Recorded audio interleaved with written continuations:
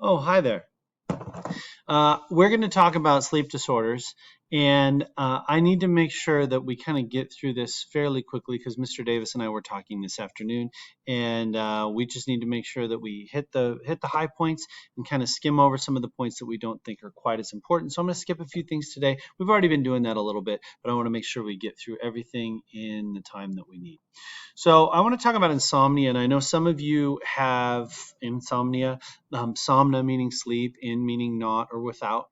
And when you think about insomnia, some of you think that insomnia is just the inability to fall asleep, which is partially true, but it's also just the inability to stay asleep. It's waking up too early. I know Mr. Robbins. I don't know why I keep telling stories about him, but his insomnia is he wakes up early, really early, and he can't get back to sleep.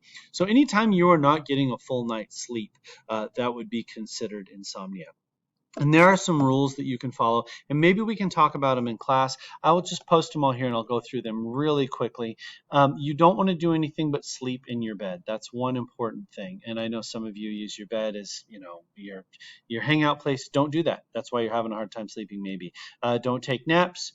Try to rise at the same time every day. I know most of you won't do that, but that's what they tell you for good sleep hygiene. If you can't fall asleep within 20 minutes, get up. Don't lay in your bed trying to fall asleep. Won't work. Try some soothing mental imagery. I'm not going to spend too much time talking about that, but there are some things that you can do to sleep a little bit better. I'm going to talk about these two together, so you can go ahead and write those down, but most of the time it's called narcolepsy with cataplexy.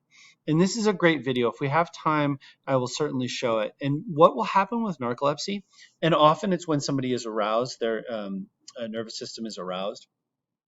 So one man, whenever he feels love, he falls asleep. He'll just be tired and he'll see somebody that he loves and he'll just go, yeah. Another guy, he will laugh. He'll go, and then he falls asleep. And basically, still one of the only things that they can do for you if you have narcolepsy is to give you speed.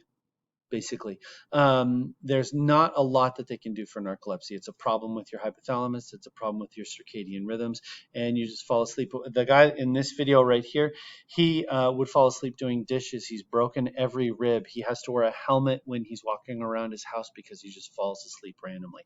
That is the cataplexy. That is the loss of muscle control. So narcolepsy would be, if you had narcolepsy without cataplexy, it would be like me saying, all right, class, give me a second because I know I'm about to fall asleep. And I would come over here and I would fall asleep. If I had narcolepsy with cataplexy, I would be teaching like this, and suddenly I would go, and I would just fall asleep. I know it looks kind of funny, but for people who have that, they can't work, they can't drive, they can't do any of those things, so it's really not funny to them. Okay, that's narcolepsy with the cataplexy, that is that paralysis that goes along with it. Night terrors, we've talked about it. We will watch this video too. This is not nightmares. This occurs in deep sleep. It's really hard to wake them up. They don't remember what they were dreaming about because they're not dreaming. They are in that slow wave, delta wave. Remember the delta taking off, the delta plane taking off and landing over and over again. That's where the night terrors occur. And again, we've already talked about this. It occurs in NREM, not REM sleep. And then sleep apnea. I would be willing to bet many of you know somebody who has sleep apnea. Sleep apnea is only a disorder. It's really a disorder kind of in your neck. And what happens is you're laying on your back most of the time. And what will happen is your tongue kind of goes in front of your throat and you stop breathing. Apnea. The apnea right here, it means breath. It's the same thing we get from pneumonia. And A means not or without. So sleep apnea is you stop breathing.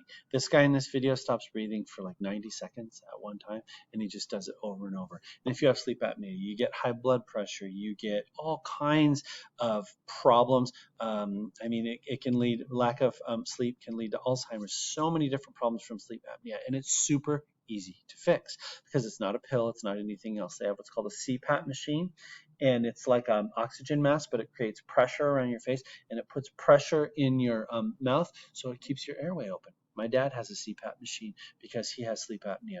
So it's really easy to fix, but most people don't know they have it because what you'll see in the video, if we watch it in class, is he'll fall asleep, and then he'll not breathe for 90 seconds, and then he'll go, he's still asleep, then he'll go, It'll stop breathing again. And it'll do it over and over and over and over. The easy way to do with sleep apnea, the easy way to figure it out is they can put one of those pulse oximeters on your finger. They can put it on your chest. And what will happen is your blood oxygen will go way down and then it'll go back up and way down and it'll go back up. And they'll be able to tell really quickly if you have sleep apnea, and they will be able to fix it pretty quickly with a CPAP machine. Now, let's talk about why we dream. We're going to do these 4 theories, and then I'm going to be done. And we're going to be talking about Freud in Unit 4. Freud believed, and Freud was a weirdo, and you'll see he's even weirder than we're talking about here. Freud believed that our dreams were wish fulfillment. And I know if you have a nightmare, you would say that was not wish fulfillment. But he believed that there was some weird form of wish fulfillment. And he said, so you wake up and you say, I dreamed that I was flying over Spokane and I wasn't wearing a shirt, and then a rhinoceros shot a gun at me, but it wasn't bullets, it was actually candy, and I ate the candy. Okay, whatever. That's the manifest content. Freud would say, what do we mean by this dream? What does flying mean to you? And we would go through and he would say, what does this dream really mean? Now I know you think, well, that kind of doesn't make any sense, but we all believe that dreams mean something. We used to believe that dreams, sometimes they would mean something, but you are kind of a Freudian if you believe that your dreams have a meaning. So that is one theory of why we dream. It's not scientific, but it is one theory. So the dreams have hidden meanings for sure. Information processing. We know that this is true. Mr. Davis was talking about it with REM sleep. How do we process?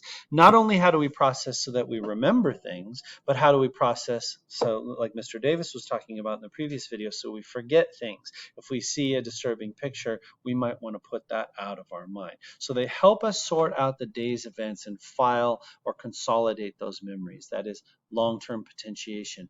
That is what we find is if you learn something and you don't sleep and then you take a quiz, you are going to do much worse on the quiz than those people who learn something and then do sleep. It really is good for your memory consolidation.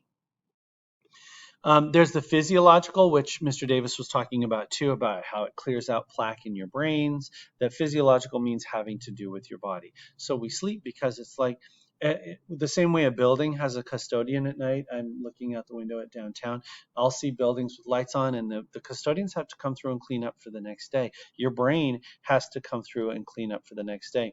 There are neurotransmitters that have broken down. There are all kinds of things that need to be cleaned out. And if they don't get cleaned out, you might have some things like Parkinson's, Alzheimer's, other problems, some plaque in your brain. So you need to get your sleep.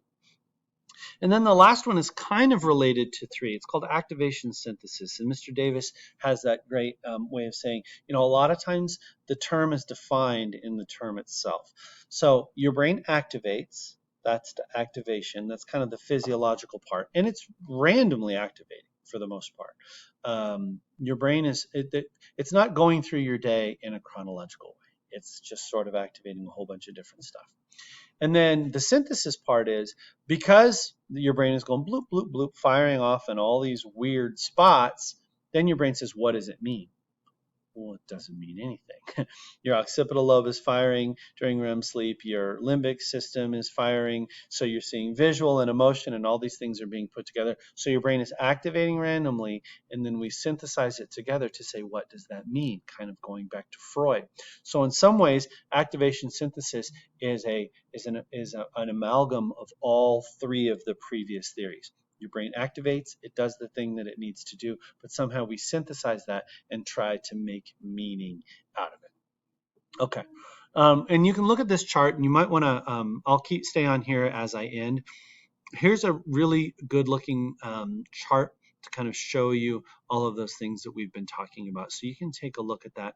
And the neural activation and cognitive development, those are basically the activation synthesis part put together right there. So those are theories about why you dream. We know what good it does for your brain, but there are some other theories as well. We can't say Freud is wrong, but science also can't say that he's right. So if you want to freeze on that, you can take a look at that. You don't necessarily need to. We gave you all that you need to know. And then Mr. Davis is going to take us home with psychoactive drugs. That sounded wrong, but that's a perfect way to end it.